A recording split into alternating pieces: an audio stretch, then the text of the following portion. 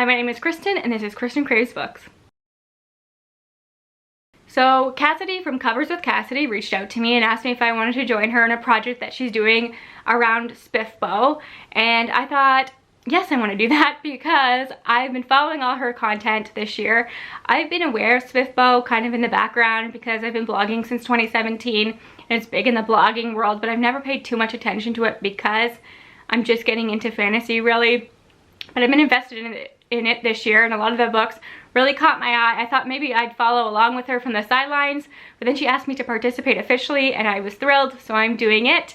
And SPFBO stands for Self-Published Fantasy Blog Off, and this is the 8th year of it, and it's put on by Mark Lawrence, who's a really popular author. It's really just a way to highlight self-published fantasy and give it a platform and get people excited about it. And I think there were a lot of entries this year.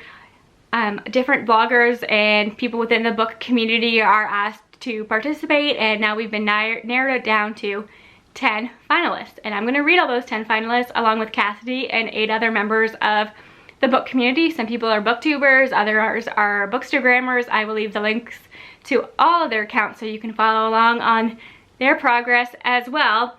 And Cassidy's put together a website where you can follow along with us and see how we are doing and the scores we were given. You can see the rubric that she has created, how we are going to come up with our scores out of 10, the rubric that we are going to use. So that is very helpful, and it's really just a way for us to read these, give them some attention, compare our ratings to the ratings of the official judges, and to see if the book that we want to win wins in the end. And part of the fun is putting together this prediction list. We've all are putting out prediction videos and lists, and they're all quite different, which I think is fun. It really shows you how varied fantasy readers are, which is something I really am loving.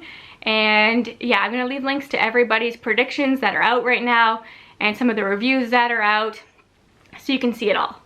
And now I'm just gonna get into my predictions. I'm gonna start with the one that I think I will like the least, working up to the one I think I will like the most. And I know myself, I'm probably gonna be completely wrong because that's kind of the fun of it. So it'll be interesting to come back once we're done with this project in 5 months from now and see just how wrong I was, and then to see who the winner was and if the book that I wanted to win won. That's just so much fun, and I'm hoping to vlog my experience of reading all of these. I am so inconsistent with vlogging, even though I want to be better. Vlogging is a lot of work to sit down and do clips every day just to remember, and having to set it up. It is actually quite a bit of work, and just to remember I'm not organized enough, but I'm gonna get organized. That is a goal for 2023. So some of these are available on Kindle Unlimited. The authors were kind enough to send us some ebook copies of them as well, and then others I am going to buy physically. I bought 2 physically so far. They're not here yet, but I'm not going to tell you which 2 because they're going to be on my December TBR, so I want it to be a surprise.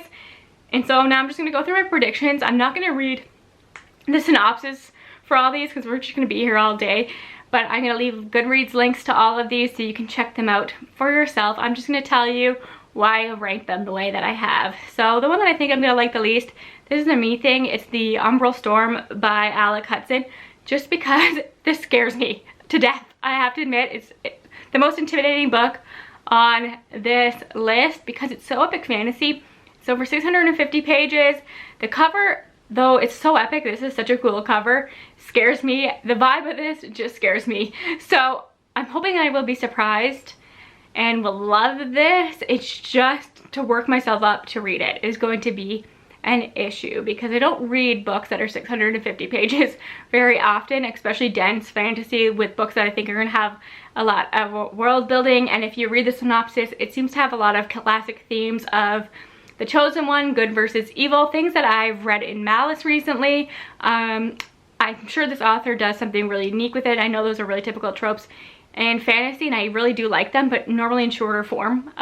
650 pages of that gets tedious for me, but you never know, I could really be surprised. But my next one is Fire of the Forebears by L.A. Buck for similar reasons. Just looks more epic fantasy than I'm used to. Again, a really cool cover. A lot of these have pretty epic covers. You should see the details in this, but I do like the tagline of this. It says, "Fires of hope reflect in barred fangs and sharpened steel." but again, just seems like really Game of Thrones. That's really not something that I'm typically drawn to. But the reason it's in 9th place and not 10th is that it is shorter than UMBRAL Storm. So I'll give it that. I think it's 450 pages, and we'll just see. I don't know. Those are the two that scare me the most on this list, for sure. And then this next one, I just really didn't know where to place it. I feel like this could be my favorite. It could be my least favorite. I should have put it in the middle probably. I just didn't know where to place this because I don't know what to make of it. And this is Mysterious Ways by Abby Evans. This is set in a matriarchal world, which really appeals to me, and I know that same-sex relationships are just socially acceptable in this world. It's nothing. I love all those kind of themes, but when I read through the synopsis, it's just not giving me much, so I really just don't know what to expect with this one. So I put it in 8th place because I don't know what to make of it. It's the one that I'm least confident in the placement of, but it's the one I'm most unsure of, so that's where it went. Then in 7th place, I put Tethered Spirits by T.A. Hernandez. And actually, what's interesting about this one is it's YA fantasy, which is not why it's in 7th place. I tend to like a lot of the YA fantasy that I pick up, but I vet those a lot. I see a lot of reviews. I know my tastes in that, so I know nothing about this going into it, which makes me nervous. And I like dual perspectives. This one I think has more than that. Once you get introducing more perspectives, it gets a little confusing for me. So really that is why I put it here. And when I read through the synopsis, I got the vibe that these characters are on a quest of some kind. And I am not somebody who tends to love quest stories, but I could be wrong there. But it was just, honestly, I'm going on feelings and gut instinct for this because what else can I do? So that's where that landed. And then the rest of these, I think I'm gonna like. Like, my gut's telling me that I'm gonna like all of these. So placing them was difficult, and so in 6th place I put Scales and Sensibility by Stephanie Burgess. I almost put this one higher because it's been known that I like a Jane Austen retelling, but I'm picky about them. And this is obviously a Sense and Sensibility retelling, I would assume, but Jane Austen with dragons, that does sound really, really interesting. I just read through the synopsis, and I have a feeling that the main character might get under my skin. She might not be my favorite, and that can be true for Jane Austen characters, but she writes them in such a way that is so specific that even though they are annoying, they're lovable, and I think that is a hard character to write. So I don't know anything about Stephanie Burgess. She might pull this off, who knows? I just know that that's such a hard character to make lovable, so we will see. But there are dragons in here, so that's a bonus. And it's Regency era, 1817 England, which is a bonus. I haven't read a lot of Regency romance, but I'm sure I will love it. And I think that's what this is. It's like a Regency romance with dragons. So the potential is there. I'm just scared about how I feel about the main character of that one. Now this one, next one, I put right in the middle because I don't know what to make of it. This is A Song for the Void by Andrew C. Piazza. And this is cosmic horror, and I will be honest, I have never heard of that term before joining this, and I asked what cosmic horror is, and it's still kind of up in the air for me. I still don't quite get it, but what I'm getting from it is that it is about vibes and atmosphere, which I do like. I like my horror to be really atmospheric, so I think I could actually really like this. I think there's some debate if this really counts as fantasy. I'm not sure. I don't know enough about that subgenre of horror to say. I obviously haven't read the book, so that'll be interesting once I read it to see what I think of that. But this cover is pretty epic, let's be honest here. And the tagline says, "A mind imprisoned is the greatest of hells," which is kind of intriguing. It's set in 1853 in the South China Sea. I like historical, I like books set on sea, so I think this could work for me. I've really been liking horror lately, so yeah, I think this could go either way. It'll be interesting to see what I think. I'm realizing there's quite a bit of historical fantasy on this list, which I have discovered this year I really like. I do like historical fantasy.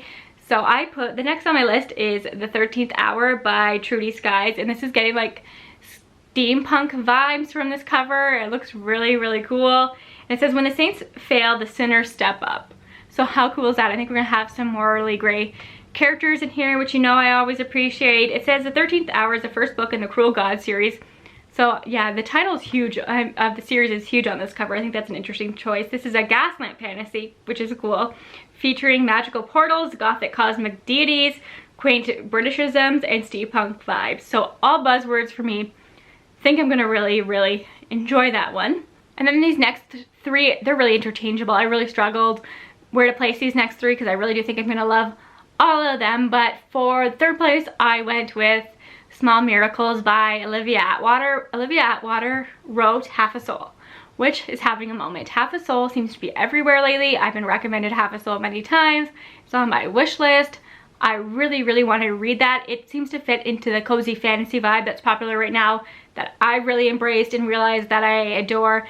Readers who typically don't like that seem to be liking Half a Soul, so that gives me hope that I'm gonna like Small Miracles by Olivia Atwater because she's an author who's already beloved, and I just have high hopes. And the tagline is Bad Angels, Good Intentions. I just read Tread of Angels by Rebecca Roanhorse, and I loved the bad angel themes in there, so I'm hoping it's a similar vibe. And this one, I think this is just be cozy and fun, kind of quirky and different. I just have a good feeling about this. It says that Olivia Atwater explores love, grief, and the very last bit of chocolate in this sweet modern fantasy full of wit and heart. You put chocolate, you know, I like food. I think I'm gonna love this, like Legends and Lattes vibes, anything like that. Have high hopes for that one. Now you might be surprised to see A Touch of Light by Thiago Abdallah so high, because it's hard not to be influenced by Cassidy on this one because she loves this book so much.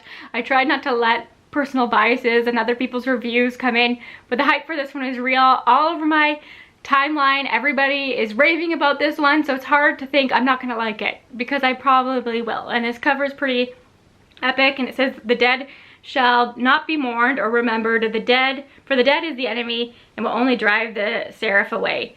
How far would you go to resurrect someone you love? Would you change who you are to show you belong? And I like books that explore questions like that, and it's a sweeping epic fantasy saga where religion and politics are one. Magic brings terror into the hearts of men, and a looming blight threatens to tear everything down. So yeah, of all the higher epic fantasies on this list, that is the one that I think I'm gonna like the most, but I've been influenced by other people, so we'll see if that is true. And then the last book, the one that I think I'm gonna like the most, and if you know me at all, I don't think this will be surprising, is Miss Percy's Pocket Guide to the Care and Feeding of British Dragons. That is a mouthful by Quimby Olson. And I'm hoping that this is everything that I wanted from the Memoirs of Lady Trent series by Marie Brennan. This is, okay, I said I wasn't gonna read synopsis, but this synopsis is just too cute and I have to. It's not very long. It says, Miss Mildred Percy inherits a dragon. But we've already got ahead of ourselves. Miss Mildred Percy is a spinster. She does not dance, she has long stopped dreaming, and she certainly does not have adventures. That is, until her great uncle has the audacity to leave her an inheritance, one that includes a dragon's egg. The eggs, as eggs are wont to do, decides to hatch, and Miss Mildred Percy is suddenly thrust out of the role of spinster and general wallflower and into the unprecedented position of spinster and keeper of dragons. But England has not seen a dragon since, well, ever, and now Mildred must contend with raising a dragon that should not exist, kindling a romance with a humble vicar, and embarking on an adventure she never thought could be hers for the taking. Oh, sounds so cute. I love that kind of like curmudgeon character that has the world open up to them. There's gonna be a romance. It's a baby dragon. I just think this is gonna be so cute. If I don't love this, I'm gonna be disappointed. If this does not end up being my #1 book, it's gonna break my heart because this just sounds so freaking good. Exactly the kind of book I'm looking for.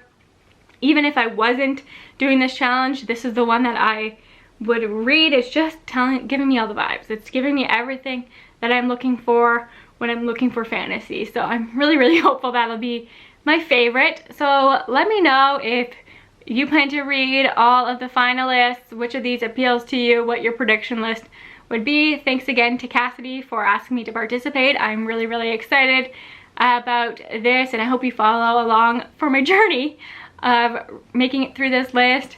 Some of the scary ones I'm really, really nervous about, but knowing that I have to do it and that I am reading along with others will definitely inspire me. So I hope you enjoyed this video. Can't wait to look back 5 months from now and see how wrong my predictions were.